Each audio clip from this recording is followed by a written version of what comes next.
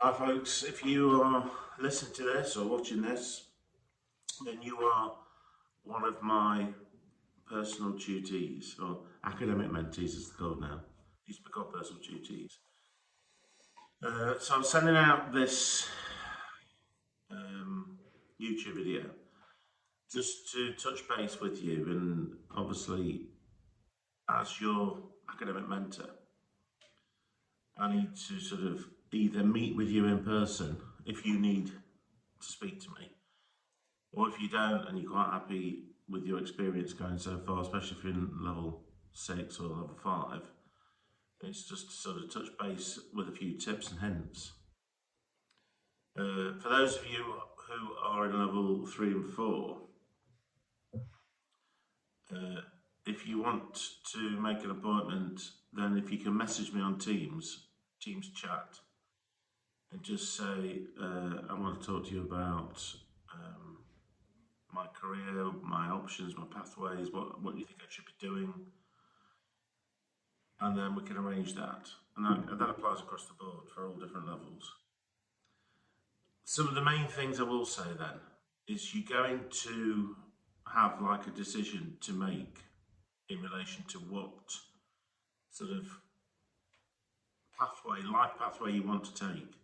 Some people are academic and may see a career or a future in research and academia going down the master's degree route.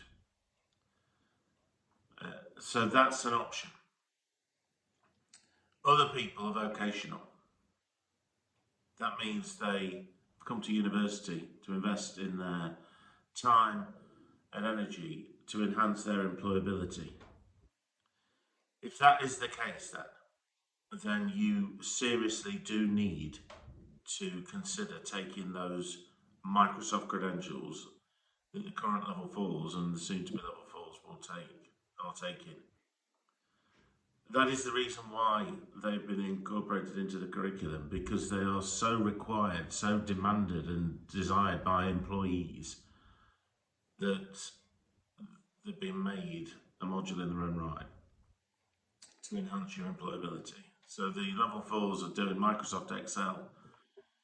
I know certainly from my own experience in the criminal justice system, most of the agencies use Excel spreadsheets and workbooks, and the functionality in that in the day-to-day workings. So if you, I know I say this a lot, but it's only because I'm told this by all of the agencies or the employers. You can get one of those qualifications, specialist, expert in Excel or Outlook, it will significantly enhance your employability.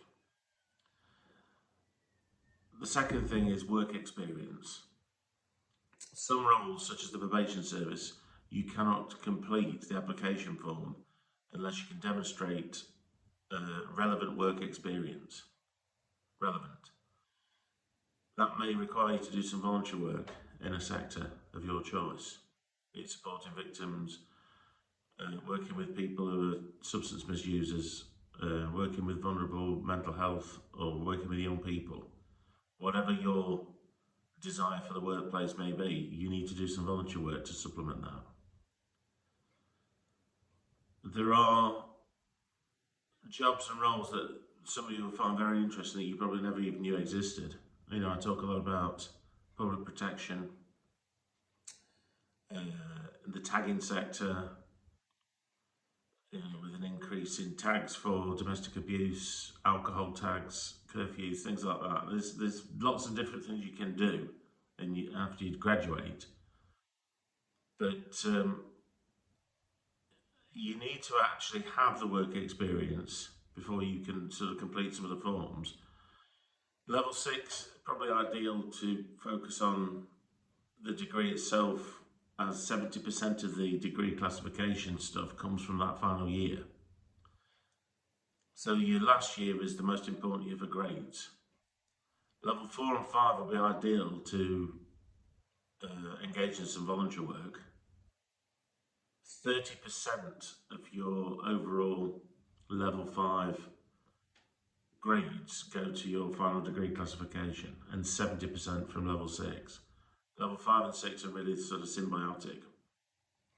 Levels 3, 4 and 5 are ideal to do voluntary work, and then the final year focusing on getting a great grade. So if you try and factor your university trajectory,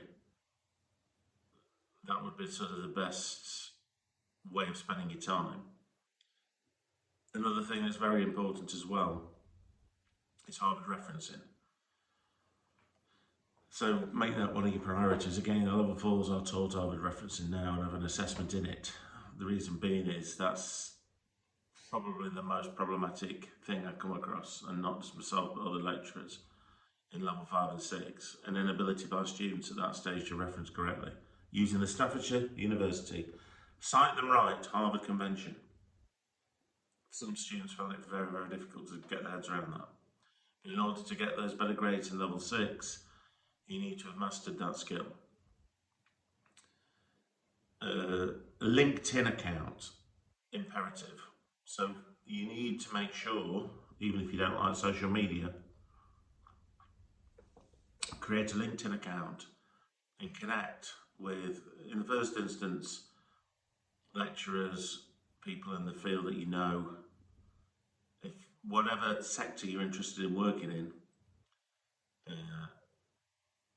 sort of join a group that's linked to that so you can get posts about your particular sector. LinkedIn is very, very important. It is your online CV. So it's professional social media, but it's recognised across the country and the world really as like your mobile CV. And if you get some qualifications or take some courses, they can digitally embed into that. So that's very, very important. And if you are going to volunteer or going for a job, the first thing the employer will do is check you out on LinkedIn. So make sure there's something to look at and it's relevant. So that's about it really. There's some broad themes for you to consider. If you want to speak to me in more detail, or you want to make an appointment, then like I say, message me on Teams chat and we can have a meeting. Thank you.